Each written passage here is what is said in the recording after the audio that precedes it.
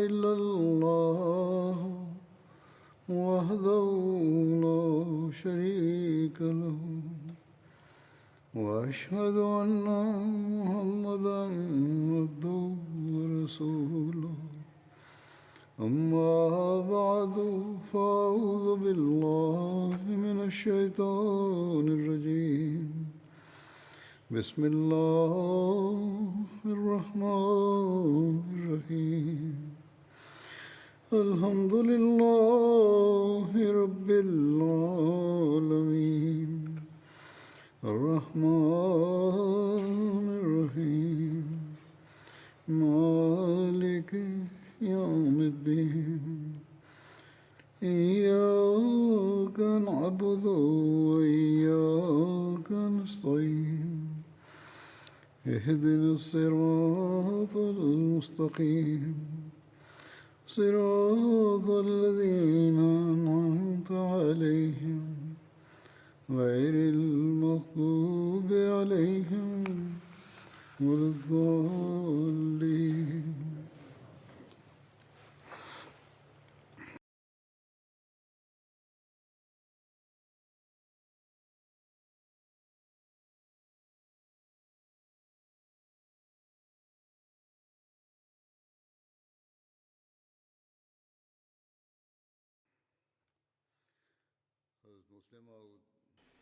Hadrat Muslim Maud radhiyallahu anhu pada satu kesempatan dalam sebuah pidato menjelaskan berkenaan dengan tabligh.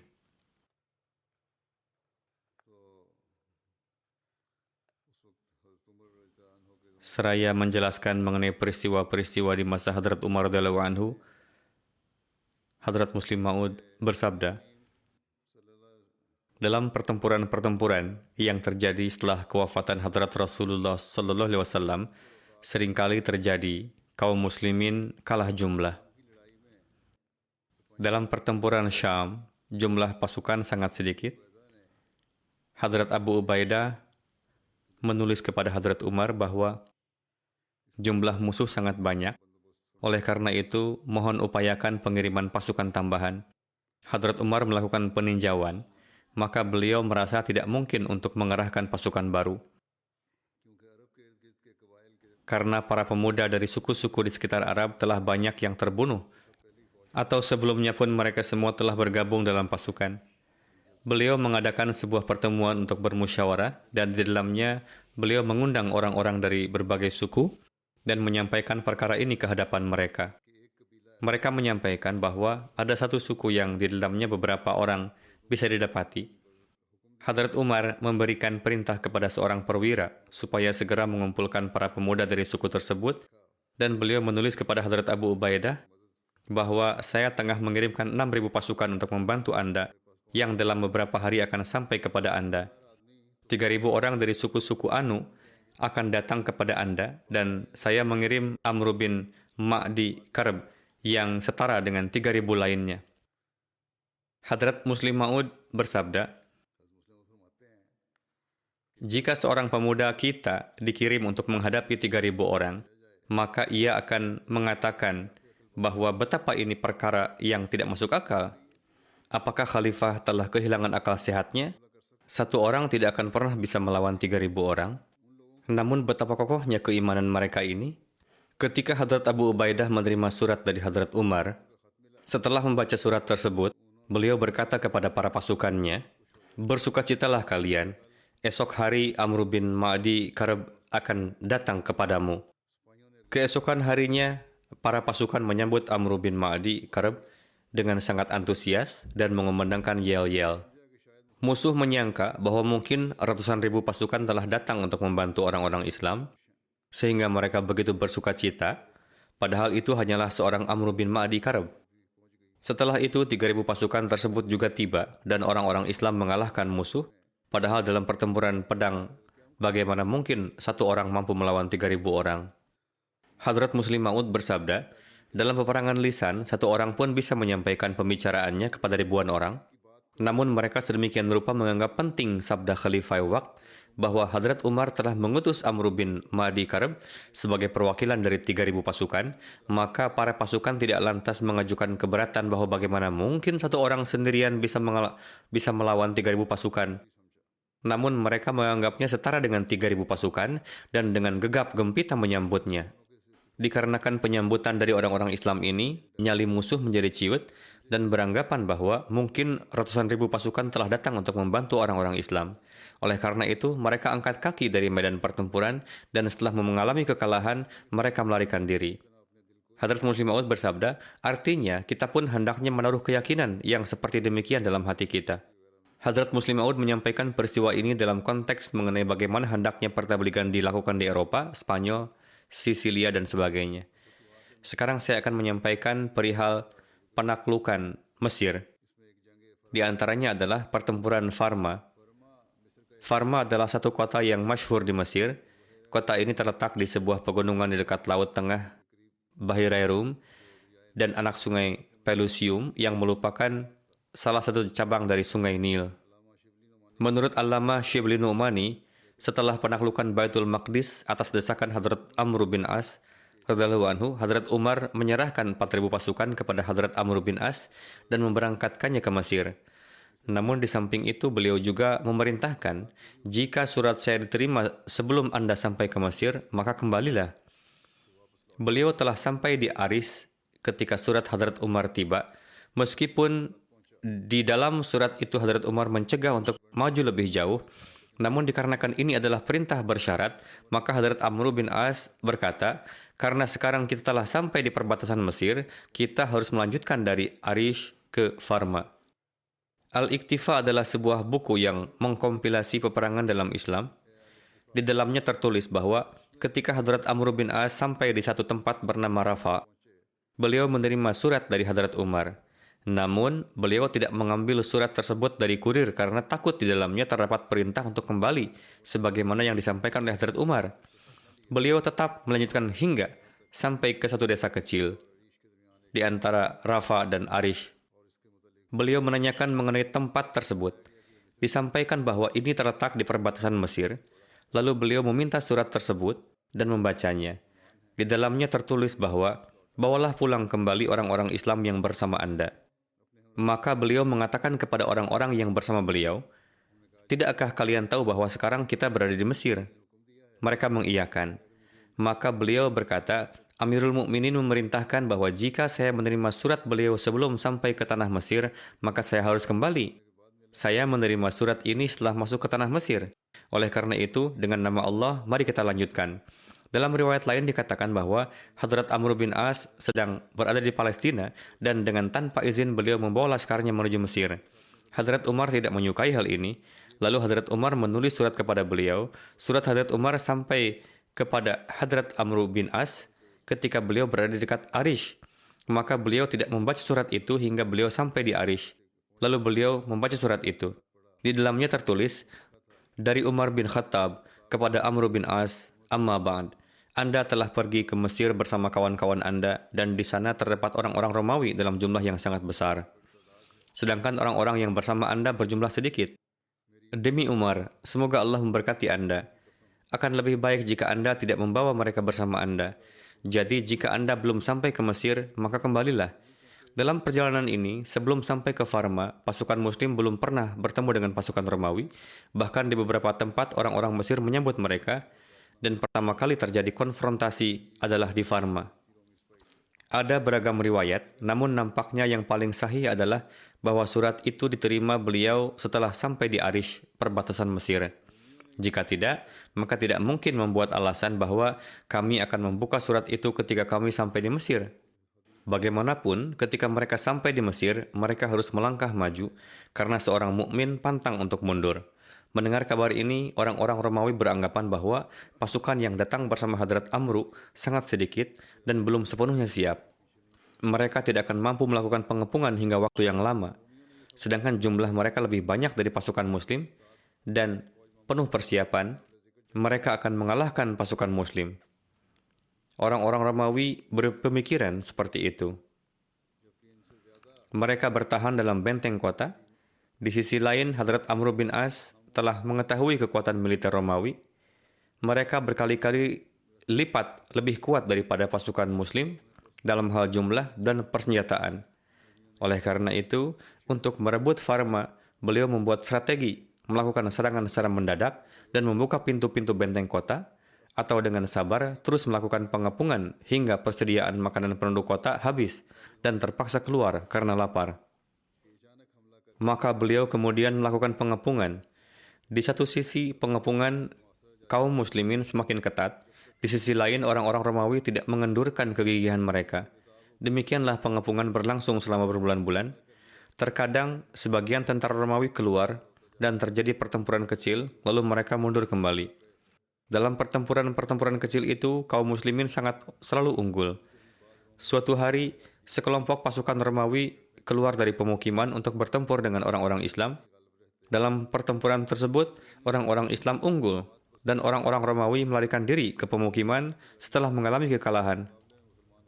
Orang-orang Islam mengejar mereka dan membuktikan kecepatan dalam berlari, sehingga beberapa orang berhasil sampai ke pintu-pintu gerbang sebelum orang-orang Romawi, kemudian membuka pintu gerbang benteng dan membuka jalan untuk kemenangan yang nyata.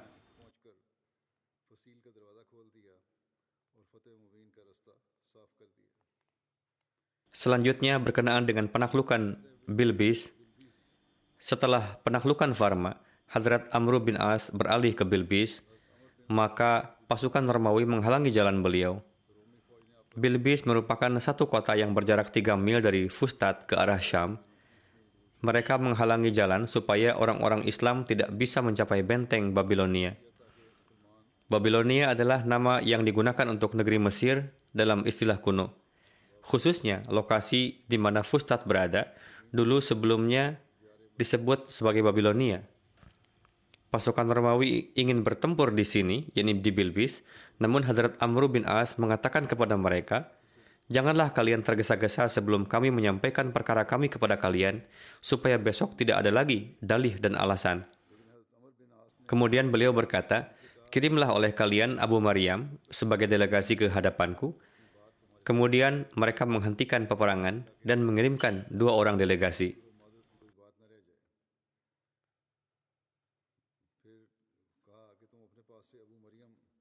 Kedua orang ini adalah pendeta orang-orang Bilbis.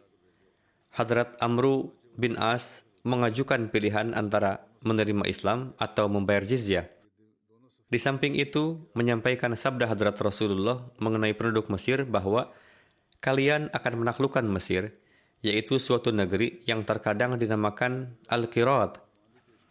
Apabila kalian telah menaklukkannya, maka berbuat baiklah terhadap penduduknya, karena mereka memiliki jaminan, perlindungan, dan hubungan kekerabatan. Atau beliau Sallallahu Alaihi Wasallam bersabda, jaminan perlindungan dan hubungan karena pernikahan. Mendengar ini, kedua delegasi itu berkata, ini adalah hubungan kekerabatan yang sangat jauh. Hanya para nabi yang bisa menepatinya. Izinkan kami pergi, kami akan kembali untuk memberitahu Anda. Hadrat Amr bin As berkata, orang sepertiku tidak bisa ditipu. Aku berikan tenggat waktu 3 hari. Renungkanlah oleh kalian perkara ini. Kedua delegasi ini mengatakan, berilah kami tenggat waktu 1 hari lagi. Beliau lalu memberikan tambahan tenggat waktu 1 hari. Kedua delegasi itu kembali dan menghadap Mokokis, pemimpin orang-orang Kibti, dan Artabun, penguasa Mesir perwakilan Romawi, lalu menyampaikan pernyataan orang-orang Islam ke hadapan mereka. Artabun menolak untuk patuh dan bersikeras untuk berperang. Lalu pada malam hari, ia melancarkan serangan terhadap orang-orang Islam. Pasukan Artabun diriwayatkan berjumlah 12.000 orang. Sejumlah kecil orang-orang Islam syahid dalam pertempuran ini, dan 1.000 orang pasukan Romawi tewas, dan 3.000 orang ditawan. Sedangkan Artabun melarikan diri meninggalkan medan pertempuran, sebagian mengatakan bahwa ia tewas dalam pertempuran tersebut. Kaum muslimin mengalahkannya beserta pasukannya hingga ke Iskandaria. Para sejarawan sepakat bahwa orang-orang Islam tinggal di Bilbis selama 1 bulan. Di masa tersebut terus-menerus terjadi pertempuran dan pada akhirnya kemenangan diraih oleh orang-orang Islam. Namun mereka berbeda pendapat dalam hal apakah perang tersebut berlangsung sengit atau tidak. Dalam kecamuk pertempuran tersebut terjadi suatu peristiwa yang membuktikan kebijaksanaan dan keluhuran akhlak orang-orang Islam. Peristiwa itu sebagai berikut. Ketika Allah telah memberikan kemenangan kepada kaum muslimin di Bilbis, pada kesempatan itu putri dari Makokis yang bernama Armanusa tertangkap. Ia adalah putri kesayangan ayahnya. Ayahnya ingin menikahkannya dengan Konstantin, putra Heraklius. Ia tidak senang dengan perjodohan ini. Untuk itu ia bersama pelayannya datang ke Bilbis untuk jalan-jalan. Singkatnya, ketika orang-orang Islam menangkapnya, maka Hadrat Amr bin As mengundang para sahabat ke suatu majelis dan beliau menyampaikan firman Allah Ta'ala sebagai berikut. Hal jazaul ihsani illal ihsan.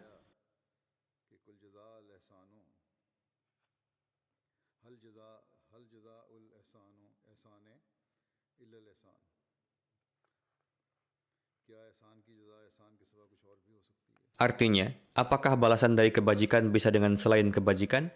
Kemudian berdasarkan ayat ini, beliau mengatakan,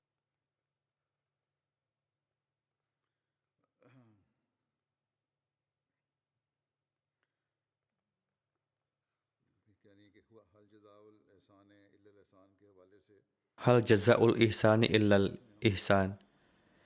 Makokis telah mengirimkan hadiah kepada Nabi kita Sallallahu Alaihi Wasallam. Menurut hemat saya, wanita ini beserta wanita-wanita lain yang bersamanya dan para pelayannya, serta harta-harta yang kita dapatkan, semuanya kita kirimkan kepada Makokis.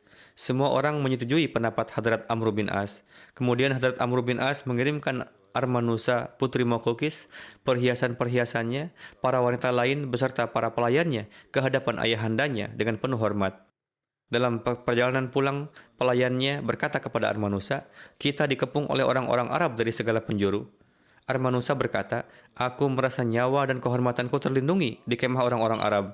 Namun aku tidak merasa nyawaku terlindungi di benteng ayahandaku. Kemudian ketika ia sampai kepada ayahnya, maka ayahnya sangat senang melihat perlakuan orang-orang Islam terhadap putrinya. Kemudian, riwayat berkenaan dengan penaklukan suatu tempat bernama Danin. Setelah penaklukan Bilbis, Hadrat Amr bin As melanjutkan ke perbatasan gurun dan sampai ke dekat desa Dunain, yakni Danin yang terletak di dekat pangkal Teluk Trajan di Sungai Nil. Teluk ini dekat dengan Suez, menghubungkan Mesir dengan Laut Tengah, di mana sekarang ini terletak Azbakia, distrik kota Kairo. Pada zaman itu, di sana terletak desa Dain, yang mana orang-orang Romawi mengelilinginya dengan benteng. Di dekatnya ada tepi sungai Nil. Di tepi sungai ini banyak perahu-perahu bersandar. Desa ini terletak di utara Babilonia yang merupakan benteng terbesar di kota Mesir. Dalam hal ini, Dunain bisa dikatakan sebagai pos pertahanan pertama dari wilayah kesayangan orang-orang Mesir, yang juga merupakan pusat pemerintahan para Fir'aun di masa lalu. Kaum muslimin pergi ke Dunain dan berkemah di sana. Orang-orang Romawi mengirimkan prajurit terbaiknya ke benteng Babilonia dan memperkuat benteng Dunain dan bersiap untuk berperang. Dari informasi yang dibawa oleh para mata-mata, Hadrat Amr bin As bisa memperkirakan bahwa pasukan beliau tidak cukup untuk menaklukkan benteng Babilonia atau mengepungnya. Beliau mengirimkan surat ke Madinah melalui seorang delegasi, dan di dalamnya beliau mengemukakan situasi perjalanan ke Mesir. Rincian dari benteng-benteng dan keperluan akan pasukan tambahan untuk menyerang mereka. Di sisi lain, beliau mengumumkan kepada pasukan bahwa pasukan bantuan tidak lama lagi akan tiba. Setelah itu, beliau melakukan serangan ke Dunain, mengepungnya dan mencegah pasokan makanan dan barang-barang keperluan pasukan. Orang-orang Romawi di dalam benteng tidak berusaha untuk keluar karena mereka telah melihat kesudahan dari Artabun di Bilbis dan memahami bahwa berperang melawan orang-orang Arab di medan terbuka akan merugikan mereka. Meskipun demikian, para pasukan Dunain terkadang keluar dan setelah pertempuran kecil yang sia-sia, mereka kembali lagi. Ini berlangsung hingga berminggu-minggu. Sementara itu, didapatkan informasi bahwa pasukan bantuan pertama telah diberangkatkan dari singgasana khilafat dan tidak lama lagi akan tiba. Kabar ini semakin meningkatkan semangat dan kekuatan orang-orang Islam. Hadrat Umar mengirimkan 4.000 pasukan untuk membantu Laskar Islam. Hadrat Umar menetapkan 1 orang amir bagi setiap 1.000 orang. Nama-nama para amir tersebut antara lain Hadrat Zubair bin Awam, Hadrat Miqdad bin Aswad, Hadrat Ubaidah bin Samit, dan Hadrat Maslamah bin Mukhallad.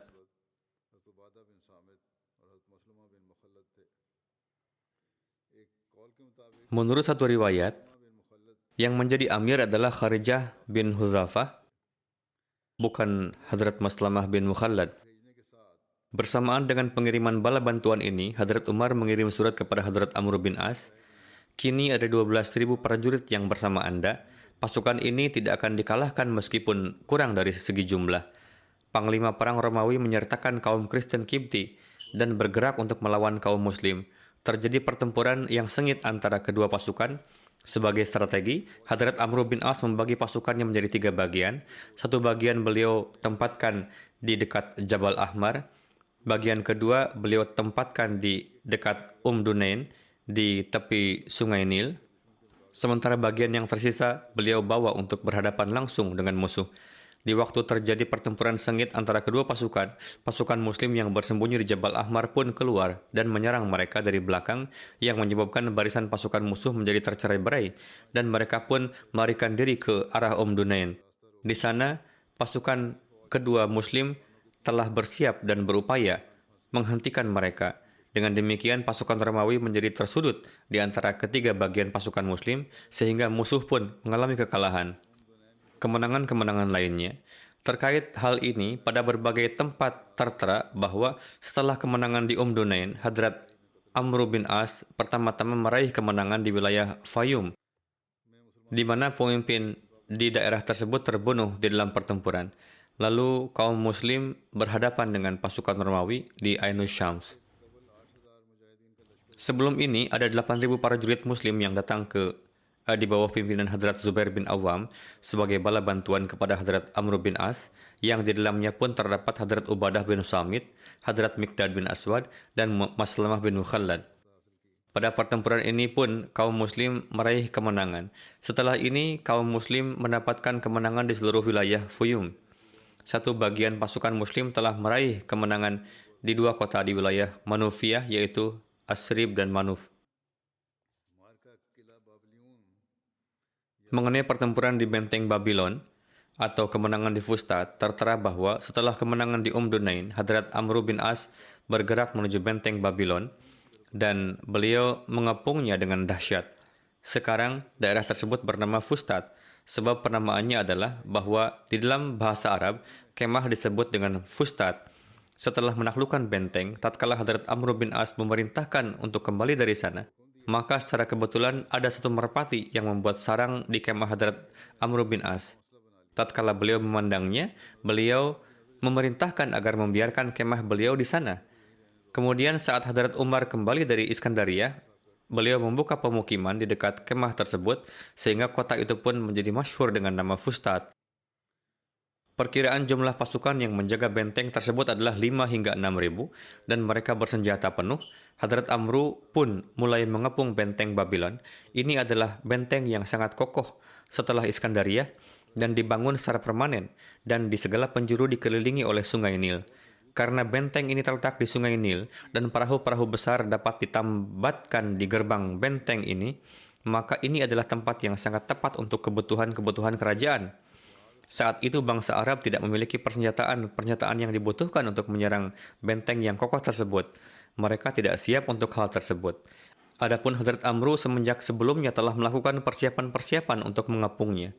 Muqawqis yang merupakan pemimpin Mesir saat itu telah tiba di benteng sebelum Hadrat Amr bin As dan ia tengah mempersiapkan pertempuran. Hadrat Zubair menunggangi kuda lalu mengelilingi parit di keempat penjurunya. Dan beliau menempatkan prajurit infanteri dan berkuda dalam jumlah cukup di mana saja tempat yang dibutuhkan. Pengepungan ini berlangsung terus-menerus hingga 7 bulan lamanya, tanpa ada yang kalah maupun pemenang. Saat itu terkadang prajurit Romawi keluar dari benteng dan bertempur, namun lantas kembali lagi.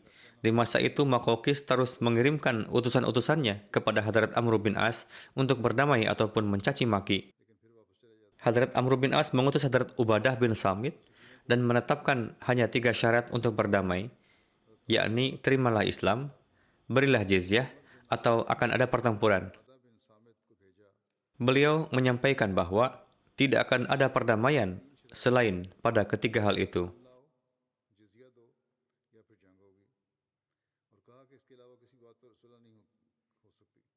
Makokis setuju untuk memberi jizyah. Dan dalam hal ini ia menghadap sendiri ke Heraklius untuk meminta izin membayar jizyah. Namun Heraklius menolaknya.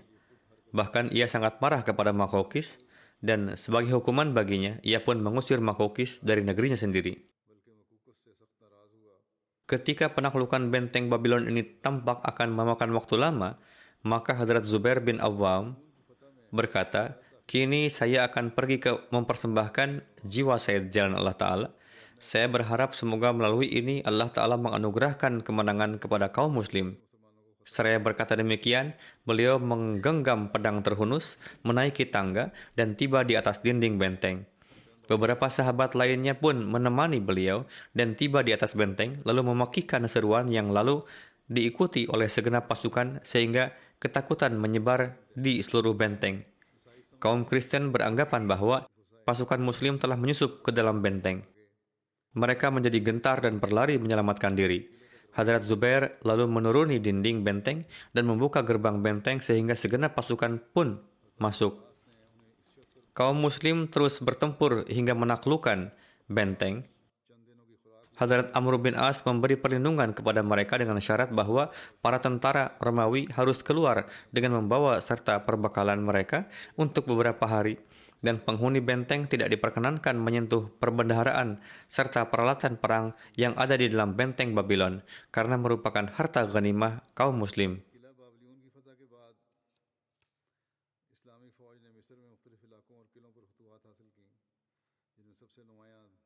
Setelah itu, Hadrat Amr bin As merubuhkan gapura-gapura besar dan dinding-dinding kokoh benteng Babylon.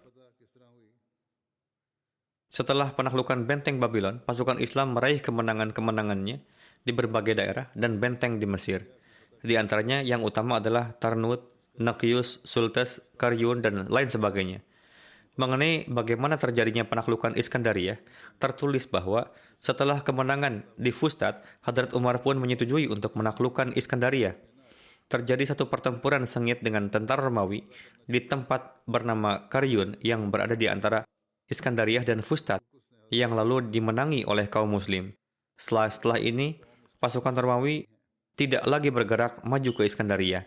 Saat itu Makokis ingin berdamai dan memberi jizyah, namun bangsa Romawi menekannya sehingga menyebabkan Makokis harus menyampaikan pesan ke Hadrat Amr bin As bahwa ia bersama bangsa Kipti dan kaumnya tidak ikut campur dalam peperangan tersebut dan memohon agar kaum muslim tidak menimpakan kesulitan kepadanya. Sebenarnya kaum Kipti tidak ikut campur di peperangan ini, bahkan mereka berpihak pada pasukan Islam, sehingga jalan bagi umat Islam pun menjadi mudah dan jembatan pun dapat diperbaiki. Di masa pengepungan Iskandariyah pun orang-orang Kipti terus memenuhi kebutuhan pangan kepada kaum muslim. Kedudukan penting Iskandariyah dapat diketahui dari hal bahwa tatkala kaum muslim telah berhasil memenangi Iskandariyah, kota itu berperan sebagai ibu kota. Ia dianggap sebagai kota terbesar kedua di dalam Kekaisaran Bizantium setelah Konstantinopel. Selain itu, ia berperan sebagai kota perdagangan internasional pertama. Kekaisaran Bizantium sangat memaklumi bahwa seandainya kota tersebut ditaklukkan oleh kaum muslim, maka hasil yang akan ditimbulkan adalah sangat berbahaya. Di dalam kekhawatiran seperti ini, Heraklius bahkan mengatakan, jika bangsa Arab menaklukkan Iskandariyah, maka bangsa Romawi akan hancur. Untuk bertempur melawan pasukan muslim, Heraklius sendirilah yang mempersiapkannya. Namun di tengah upayanya itu ia meninggal dunia dan putranya Konstantin menjadi kaisar. Iskandariyah dari kekokohan bentengnya, keluasan kotanya, dan banyaknya tentara yang menjaganya menjadikannya memiliki kedudukan tertentu dari segi pertahanan. Pengepungan Iskandariyah berlangsung hingga 9 bulan. Hadrat Umar merasa cemas dan menuliskan surat bahwa mungkin mereka telah tinggal dan tengah bersenang-senang di sana, karena untuk kemenangan hendaknya tidaklah menunggu waktu lama. Di dalam surat ini, Hadrat Umar pun bersabda agar menyampaikan ceramah jihad di hadapan umat muslim, lalu bertempur melawan mereka. Setelah memperdengarkan isi surat dari Hadrat Umar ini, Hadrat Amr bin As lalu memanggil Hadrat Ubadah bin Samit dan menyerahkan panji perang kepadanya. Kaum muslim bertempur dengan sangat dahsyat dan berhasil menaklukkan kota. Di waktu itulah Hadrat Amr memberangkatkan satu utusan menuju Madinah dan berkata kepadanya, "Pergilah secepat yang Anda bisa dan sampaikanlah berita gembira ini ke hadapan Amirul Mukminin." Utusan itu lantas menunggangi unta dan melalui berbagai tempat hingga akhirnya tiba di kota Madinah. Karena saat itu waktu siang dan beranggapan ini adalah waktu istirahat, maka sebelum ke mahkamah khilafat, ia pergi menuju Masjid Nabawi. Secara kebetulan khadimah, yakni pelayan Hadrat Umar, keluar dari sana dan bertanya, "Siapa Anda dan datang dari mana?" Untuk utusan itu menjawab, "Saya datang dari Iskandaria." Saat itu pula pelayan tersebut menyampaikan kepada Hadrat Umar dan kembali lagi seraya berkata, "Ayo kemari, Hadrat Amirul Mukminin memanggil Anda." Hadrat Umar tanpa menunggu lama segera beranjak menemuinya dan mengambil selendangnya, lalu seketika utusan itu pun tiba. Mendengar berita kemenangan, Hadrat Umar lantas jatuh bersujud di atas tanah dan memanjatkan syukur. Beliau berdiri dan menuju ke masjid, lalu memerintahkan seruan As-Salatul Jami'. Mendengarnya, segenap penduduk Madinah berdatangan. Utusan itu lalu menyampaikan rincian peristiwa kemenangan ke hadapan segenap orang. Setelah itu, utusan tersebut pergi bersama Hadrat Umar ke rumah beliau, dan beliau menyuguhkan hidangan kepadanya. Hadrat Umar bertanya kepada utusan itu, "Kenapa Anda tidak langsung datang menemui saya?" Ia berkata, "Saya berpikir bahwa Huzur tengah beristirahat." Hadrat Umar bersabda, "Kenapa Anda beranggapan demikian mengenai saya? Jika saya tidur di siang hari, maka siapakah yang akan memikul amanat khilafat ini?" Dengan terjadinya penaklukan Iskandaria, seluruh Mesir pun menjadi takluk. Banyak sekali yang ditawan dari berbagai pertempuran yang terjadi. Terkait semua tawanan ini, Hadrat Umar memerintahkan kepada Hadrat Amr melalui surat, yaitu, "Panggillah semuanya dan sampaikan bahwa mereka dapat memilih apakah mereka menjadi muslim atau tetap pada agama mereka. Jika mereka memeluk Islam, maka mereka akan mendapatkan segenap hak seperti halnya yang didapati oleh orang muslim. Jika tidak, mereka harus memberi jizyah, yaitu yang diambil dari segenap warga zimmi." Tatkala sabda Hadrat Umar ini dibacakan di hadapan para tawanan, maka banyak sekali tawanan yang menerima Islam dan banyak juga yang tetap pada agama mereka. Jika ada menyatakan memeluk Islam, kaum muslim lantas menyerukan Allahu Akbar. Dan apabila ada yang tetap pada agama Kristen, maka segenap kaum Kristen menyerukan selamat kepadanya, dan kaum muslim pun menjadi bersedih. Terkait peristiwa pembakaran perpustakaan Iskandaria, para orientalis menyampaikan dengan sangat berlebihan apakah hakikat yang terjadi sebenarnya. Akibat penaklukan Iskandaria ini, para penentang terutama para penulis Kristen menyampaikan satu keberatan bahwa Hadrat Umar telah memerintahkan untuk membakar satu perpustakaan yang sangat besar di Iskandaria. Dan melalui keberatan ini, mereka seolah tengah berupaya menyebarkan pengaruh bahwa betapa kaum muslim na'udzubillah sangat menentang ilmu pengetahuan dan akal, sehingga perpustakaan yang sedemikian besar di Iskandaria pun telah ia bakar. Bahkan apinya tidak kunjung padam hingga 6 bulan.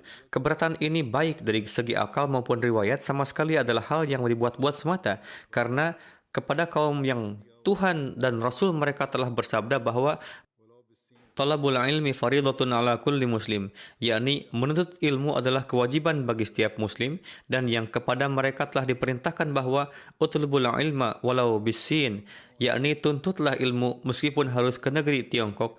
Dan Al-Quran suci yang di dalam banyak ayat dan perintahnya telah memerintahkan kepada mereka untuk menggunakan ilmu akal bertafakur dan bertadabur, maka keberatan yang dialamatkan kepada mereka bahwa mereka membakar perpustakaan adalah bertentangan dengan akal dan asas-asas dirayat. Selain itu, banyak sekali para peneliti yang diantaranya pun ada pemeluk Kristen dan bangsa Eropa, di mana mereka menolak hal demikian dan membuktikan bahwa kisah pembakaran perpustakaan Iskandaria hanyalah suatu kisah yang dibuat-buat semata. Oleh karena itu, seorang ilmuwan dari Mesir, Muhammad Raza, di dalam tulisannya Sirat Umar Faruk terkait peristiwa ini, ia menuliskan bahwa tuduhan pembakaran di perpustakaan Iskandaria bersumber dari apa yang tertulis oleh Abul Faraj Malati. Ia menuliskan peristiwa ini di dalam suatu buku sejarah, yaitu Mukhtasir Dawul. Sejarawan ini lahir di tahun 1226 Masehi dan wafat di tahun 1286. Ia menulis bahwa pada waktu kemenangan, seorang panitera Kibti bernama Yohanna An-Nahawi yang di antara orang Muslim terkenal dengan nama Yahya, ia beragama Kristen dan berasal dari golongan Yakubiyah, dan selanjutnya ia kembali kepada akidah Trinitas Kristen. Ia meminta buku-buku hikmah yang tersimpan di khazanah negara kepada Hadrat Amr bin As. Hadrat Amr bin As menjawab bahwa setelah Hadrat Umar memberikan izin, maka barulah ia dapat menyampaikan jawabannya. Ini sungguh merupakan satu kisah palsu, namun saya tetap menyampaikan ini untuk menyanggah keberatan tersebut. Hadrat Umar menulis, Anda pun menyebutkan tentang buku-buku, jika kandungannya bersesuaian dengan kitab Allah Ta'ala, maka apapun yang ada di dalam kitab Allah Ta'ala, hal itu adalah cukup bagi kita. Dan kita tidak memerlukan lagi buku-buku tersebut. Dan apabila kandungannya bertentangan dengan kitab Allah Ta'ala, maka kita tidak memerlukan buku-buku tersebut.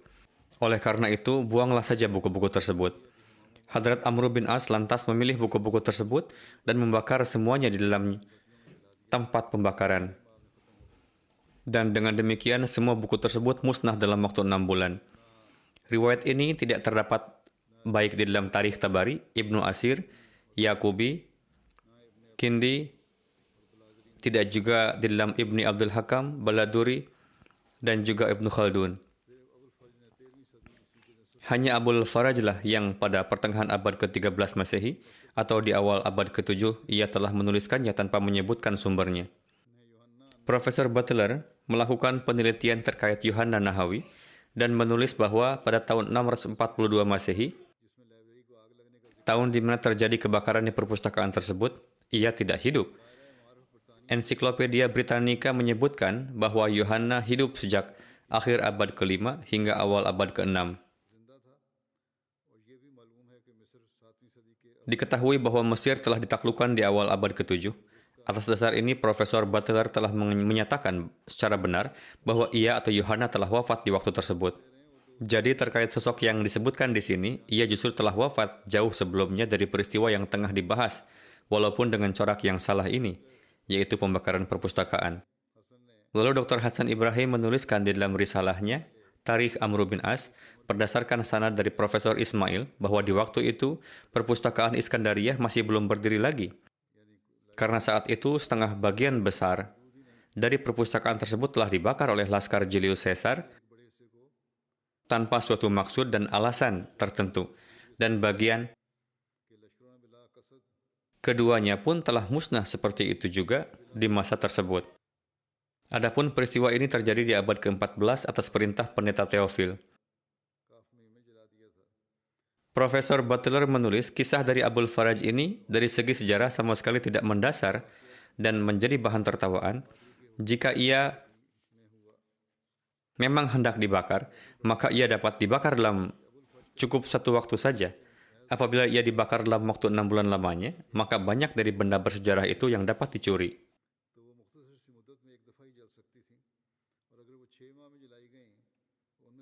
Pada bangsa Arab, tidaklah masyhur bahwa mereka kerap membuang sesuatu. Gaban menuliskan bahwa ajaran-ajaran Islam bertentangan dengan riwayat seperti itu, yaitu Islam mengajarkan bahwa tidaklah boleh membakar kitab-kitab kaum Yahudi dan Kristen yang didapat dari perang. Dan terkait buku-buku filsafat, syair-syair, dan buku-buku keilmuan lainnya, selain buku agama, Islam menetapkan bahwa mengambil manfaat darinya adalah diperbolehkan. Kaum Muslim yang kepada mereka telah diperintahkan untuk tidak mengganggu gereja-gereja beserta benda-benda mereka di wilayah yang telah ditaklukkan, dan bahkan mengizinkan kebebasan beragama kepada kaum zimmi, maka akal sehat apakah yang dapat menerima bahwa Hadrat Amirul Mukminin akan memerintahkan untuk membakar perpustakaan Iskandariyah? Hadrat Khalifatul Masih yang pertama radhiyallahu anhu dalam bukunya berjudul Tasdiq Barahin Ahmadiyah menyinggung keberatan tersebut dan menjawabnya. Beliau bersabda, atas permintaan Felonus, seorang tabib dan alim ulama, Amru, komandan pasukan, menanyakan kepada Amirul Mukminin Umar, khalifah kedua, berkenaan dengan perpustakaan tersebut. Sang khalifah menulis, bakarlah segera. Area itu terus panas karena api selama 6 bulan. Beliau radhiyallahu anhu menulis bahwa ini adalah pendapat orang. Keberatan ini sebagai hasil dari omong kosongnya para tuan pendeta, di dalamnya tidak ada hakikat. Hadrat Khalifatul Awal bersabda, silahkan hadirin renungkan pertama, jika perbuatan demikian terdapat dalam kebiasaan orang Islam, maka pada masa kekhalifahannya, Khalifah Umar radhiyallahu anhu pasti akan membakar buku-buku yang disucikan oleh orang-orang Yahudi dan Kristen. Karena kedua agama tersebut adalah lawan bicara pertama Islam yang disebutkan sebagai ahli kitab. Selanjutnya, Islam berkuasa penuh atas orang-orang Majusi, namun sejarah tidak menyebutkan bahwa Islam telah membakar kitab-kitab mereka.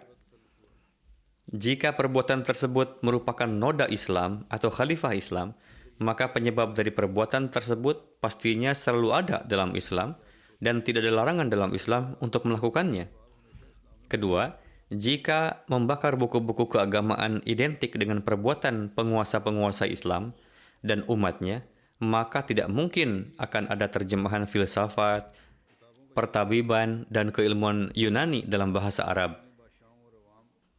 Ketiga, jika orang Islam berwenang untuk membakar buku-buku, sudah barang tentu mukadzib Barahin Ahmadiyah atau pengingkar buku Barahin Ahmadiyah akan memberikan permisalan peristiwa pembakaran dari negerinya sendiri, yakni Hindustan. Bukannya jauh-jauh menyeberangi samudera ke Iskandaria. Buku apa yang telah dibakar di Hindustan ini? Keempat, Islam telah memerintah lebih dari 700 tahun di Hindustan. Namun selama masa itu tidak terdengar sedikit pun selentingan peristiwa pembakaran terhadap kitab-kitab seperti Bhagavad, Ramayana, Gita, Mahabharata, dan permisalannya, Langpran, Markandi, kitab-kitab terkenal yang sampai saat ini diyakini sebagai kitab agama dan pustaka suci. Melainkan yang ada adalah terjemahan dari sebagian kitab-kitab tersebut. Sungguh mengherankan bagaimana orang-orang Hindu itu meyakini bahwa umat Islam telah membakar pustaka-pustaka yang disucikan itu. Silakan renungkan dengan adil. Dalam menjawab keberatan tersebut, dalam buku Tasdik Barahin Ahmadiyah, Hadrat Maulana Abdul Karim Sahib menulis catatan. Beliau menulis, meskipun tuduhan tersebut telah dilontarkan kepada umat Islam, padahal sampai saat itu kejadian tersebut belum diselidiki dan fakta sebenarnya masih belum jelas. Namun di antara para ulama yang bertabiat adil dan condong dengan kebenaran, sedikit sekali yang melontarkan tuduhan tersebut kepada umat Islam. Penyebab adanya tuduhan ini kebanyakan adalah fanatisme atau ketidaktahuan. Bahkan sejak semula, di mana para pelontar keberatan ini tidak memiliki bukti, yakni dua sejarawan yang meriwayatkan kejadian tersebut yang notabene lahir 580 tahun setelah berlalu kejadian itu. Sin Karai yang telah menulis banyak sekali buku dalam penyelidikannya terhadap perpustakaan Iskandariyah, ia sama sekali mendustakan riwayat tersebut dan ternyata kitab-kitab tersebut terbakar pada peperangan Julius Caesar. Sebagaimana Plotadi telah menulis riwayat hidup Kaisar bahwa karena khawatir akan beralih ke tangan musuh, Kaisar Julius telah membakar kapal-kapalnya dan apinya membesar hingga menghanguskan perpustakaan besar Iskandariyah yang masyhur itu. Dalam buku karyanya berjudul Dictionary of Dates Relating to All Ages, di mana Haydn mencantumkan riwayat keliru tersebut, di dalamnya ia menulis catatan berikut sebagai hasil dari penelitiannya bahwa kisah ini sama sekali meragukan. Ucapan Hadrat Umar yang mengatakan bahwa jika buku-buku ini bertentangan dengan Islam, maka harus dibakar. Hal itu tidak diakui oleh umat Islam.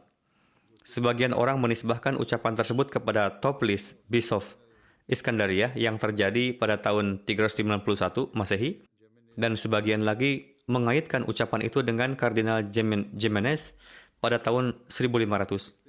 Selanjutnya menulis bahwa pemuda kita yang terkenal bernama Dr. Littner dalam kitab Sininul Islam meniru riwayat palsu tersebut, dan sayangnya diketahui bahwa Tuan Dokter telah terkecoh dalam penelitiannya. John William Draper dalam buku yang masyhur telah mengutip ucapan tersebut dari para periwayat palsu, namun di kemudian hari ia mengakui kekeliruan ucapan tersebut. Ia menulis bahwa pada hakikatnya buku-buku tersebut telah terbakar pada peperangan Julius Caesar, dan sekarang dapat dikatakan secara yakin bahwa ucapan tersebut sama sekali tidak berdasar dan hanya dongeng belaka. Adapun kejadian yang sebenarnya yang patut disesalkan adalah kardinal fanatik bernama Jimenez telah membakar 80.000 buah buku berbahasa Arab di lapangan Granada. Ketika Spanyol dirampas dari umat Islam, mereka membakar 80.000 buah buku dari perpustakaan Granada yang dikuasai oleh orang-orang Kristen. Inilah sebenarnya yang patut ditangisi, alih-alih melontarkan tuduhan kepada Islam. Silahkan baca Conflict Between Religion and Science. Di dalamnya tertulis rujukan tersebut.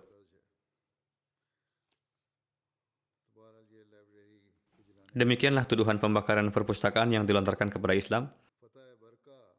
Berkenaan dengan penaklukan Barkah, Trablas, dan lain-lain, setelah menaklukkan Mesir dan tegaknya keamanan di sana, Amr bin As bergerak ke sebelah barat supaya dari sana tidak tersisa lagi resiko bahaya untuk daerah-daerah taklukan.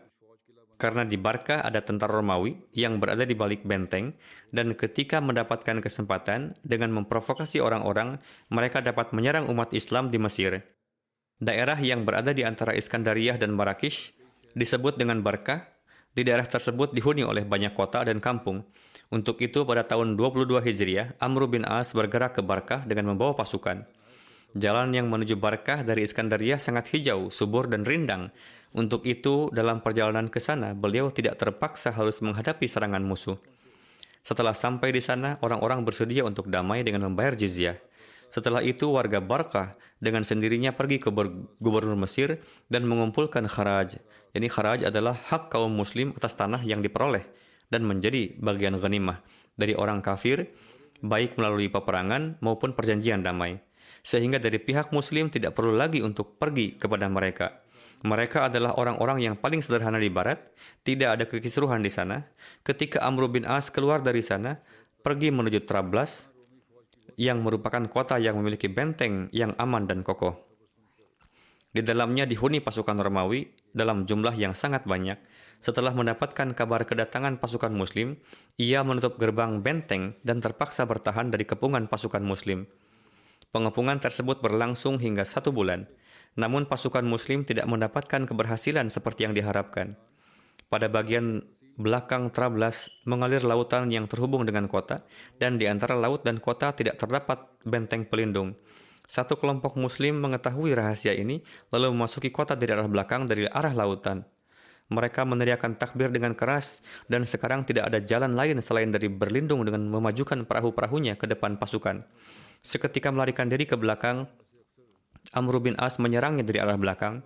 Kebanyakan mereka ditawan, kecuali mereka yang berhasil kabur turun dari perahunya. Barang-barang dan aset yang ada di kota dikuasai oleh pasukan Muslim sebagai harta ghanimah. Setelah berhasil menguasai Trablas, Amr bin As menyebarkan pasukannya di sekitarnya. Beliau beriradah untuk bergerak ke arah Tunis dan Afrika setelah menyelesaikan penaklukan-penaklukan di barat. Sebagaimana untuk misi tersebut, beliau menulis kepada Hadrat Umar bin Khattab. Namun Hadrat Umar masih enggan untuk mengutus pasukan Islam ke misi yang baru, dan khususnya dalam keadaan di mana disebabkan oleh penaklukan dari Syam hingga ke Trablas. Dari pihak daerah-daerah taklukan masih belum puas. Benar. Untuk itu, Hadrat Umar memerintahkan laskar Islam untuk tetap tinggal di Trablas. Pada masa kekhalifahan Hadrat Umar Faruk, jangkauan pemerintahan Islam mulai menyentuh perbatasan-perbatasan daerah-daerah yang sangat jauh. Pemerintahan Islam muncul pada peta dunia dalam bentuk satu negeri internasional dengan jangkauan dari mulai Sungai Jehun dan Sungai Sind di timur hingga gurun-gurun Afrika di sebelah barat, juga dari mulai pegunungan Asia Kecil dan Armenia di utara hingga Bahrul Kahil dan Nobah di selatan.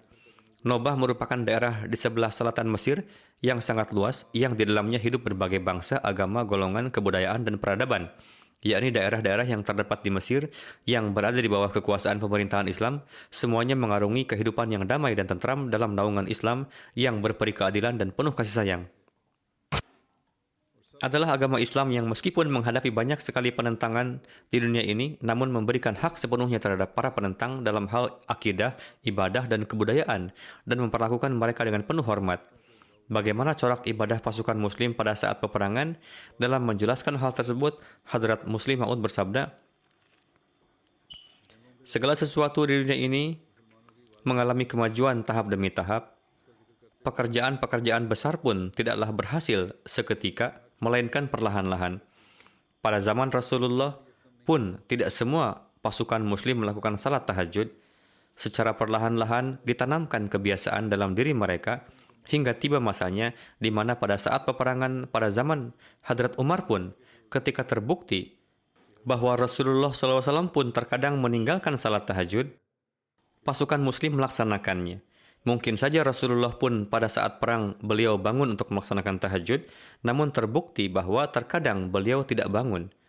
Namun pada zaman Hadrat Umar, pada saat perang pun pasukan Muslim tetap melaksanakan tahajud, hingga pada suatu ketika Heraklius beriradah untuk melakukan serangan berdarah di malam hari. Terjadilah perdebatan di antara mereka. Akhirnya diputuskan untuk tidak menyerang di malam hari, karena menyerang pasukan Muslim di malam hari tidak ada manfaatnya. Itu karena pasukan Muslim tidak tidur di malam hari, bahkan melakukan tahajud. Ini pun merupakan tanda kemajuan yang tidak diperoleh pada masa awal Islam. Pada masa awal Islam, Rasulullah merasa perlu untuk menggencarkannya. Namun setelah itu, orang-orang yang tadinya lemah pun perlahan-lahan menjadi terbiasa. Dalam menjelaskan berkenaan dengan peperangan yang terjadi pada zaman Khulafa Rashidin, Hadrat Muslim Maud bersabda, Islam tidak hanya memerintahkan untuk menghadapi peperangan, bahkan demi untuk kemaslahatan, Islam pun memerintahkan untuk bertahan dari suatu keaniayaan. Untuk itu, ketika terdapat izin dari Allah Ta'ala, yakni jika ada yang menamparmu, silahkan balas dengan tamparan lagi. Pada saat itu, dia pun mengatakan, jika membalas, kamu anggap bertentangan dengan maslahat, maka diamlah dan jangan membalas tamparan dengan tamparan. Jadi, dalil yang pada umumnya disampaikan untuk membela tuduhan musuh yang dilontarkan kepada Hadrat Abu Bakar, Hadrat Umar, Hadrat Utsman, dari itu dapat diketahui bahwa Hadrat Abu Bakar tidaklah bersikap zalim, melainkan Kaisarlah yang berbuat zalim. Hadrat Umar tidak bersikap zalim, melainkan Kisralah yang berbuat zalim. Hadrat Abu Bakar tidaklah bersikap zalim, melainkan suku-suku yang tinggal di Afghanistan dan Bukhara dan penduduk Kurdi dan lain-lainlah yang berbuat zalim. Namun tidak ditemukan dalil kenapa Hadrat Abu Bakar tidak memaafkan mereka. Kenapa Hadrat Umar tidak memaafkan mereka? Kenapa Hadrat Utsman tidak memaafkan mereka? Ketika berangkat untuk berperang, mereka bisa saja mengatakan kepada Kaisar bahwa pasukan Anda telah melakukan suatu pelanggaran. Jika pemerintahanmu meminta maaf kepada kami perihal itu, maka kami akan maafkan. Namun jika tidak meminta maaf, kami akan memerangimu. Adapun mereka tidak mengatakan di depan Kaisar bahwa pada suatu waktu kamu atau pasukanmu telah melakukan kezaliman karena Islam mengajarkan untuk memaafkan musuh. Untuk itu, jika kamu meminta maaf, kami bersedia untuk memaafkan. Alih-alih mengatakan demikian, justru ketika musuh berbuat zalim, Hadrat Utsman langsung membalasnya. Kemudian pasukan Muslim menghadapi mereka dan melanjutkan peperangan. Ketika pasukan Kisra menyerang perbatasan Irak, setelah itu secara politik benar-benar dibenarkan untuk terjadi peperangan antara para sahabat dan Kisra. Namun secara akhlak bisa saja Hadrat Umar mengatakan kepada Kisra bahwa mungkin saja Anda tidak memerintahkan pasukan untuk menyerang, melainkan pasukan sendirilah yang melancarkan serangan. Untuk itu kami bersedia untuk melupakan serangan ini dengan syarat Anda meminta maaf kepada kami dan menyesali perbuatan yang telah dilakukan. Begitu juga pada zamannya, Hadrat Utsman tidak mengatakan kepada musuh bahwa kalian telah berbuat zalim. Namun karena agama kami mengajarkan untuk memaafkan kezaliman, untuk itu kami memaafkan kalian. Alih-alih mengatakan demikian, Hadrat Utsman membalas kezaliman itu dengan mengirimkan pasukan. Beliau bertempur dan terus menghadapi mereka. Apa penyebab hal itu? Hadrat Muslim Maud bersabda, jika kita renungkan, kita dapat mengetahui bahwa penyebabnya tiada lain, yakni Hadrat Abu Bakar mengetahui bahwa ketika bahaya ekstern berkurang, maka kekisruhan intern akan mulai terjadi.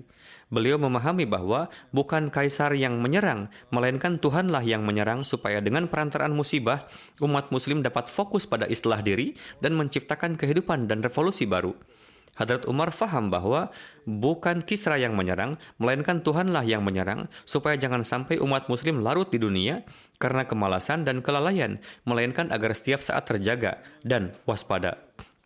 Hadrat Utsman memahami bahwa bukan beberapa suku yang menyerang, melainkan Tuhanlah yang menyerang, supaya umat Islam waspada dan dalam diri mereka terlahir ruh dan kehidupan baru. Hadrat Muslim Maud menjelaskan hal tersebut dalam satu khutbah beliau. Selaras dengan itu, Hadrat Muslim Maud menyampaikan nasihat kepada jemaat bahwa musibah datang sehingga kita terpaksa melewati kesulitan-kesulitan supaya meningkat dalam kerohanian. Jika pada hari ini kita ingin mengingat prinsip tersebut, maka ingatlah bahwa musibah dan segala kesulitan seharusnya mendekatkan kita kepada Allah Ta'ala, dan inilah yang menjadi sarana untuk mendapatkan kemenangan.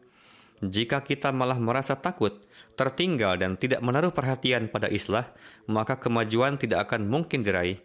Memang ketika kita mengalami kemajuan dan musibah berakhir, tetap saja kita harus tetap terjalin dengan Allah Ta'ala. Namun pada saat ini khususnya fokus harus lebih tertuju kepada Allah Ta'ala dan menaruh perhatian pada kemajuan rohani dan perbaikan rohani. Hadrat Muslim Maud menulis, jika kita tidak memahami hal itu, berarti tidak faham apapun, dan inilah hal yang harus difahami oleh setiap Ahmadi pada masa ini.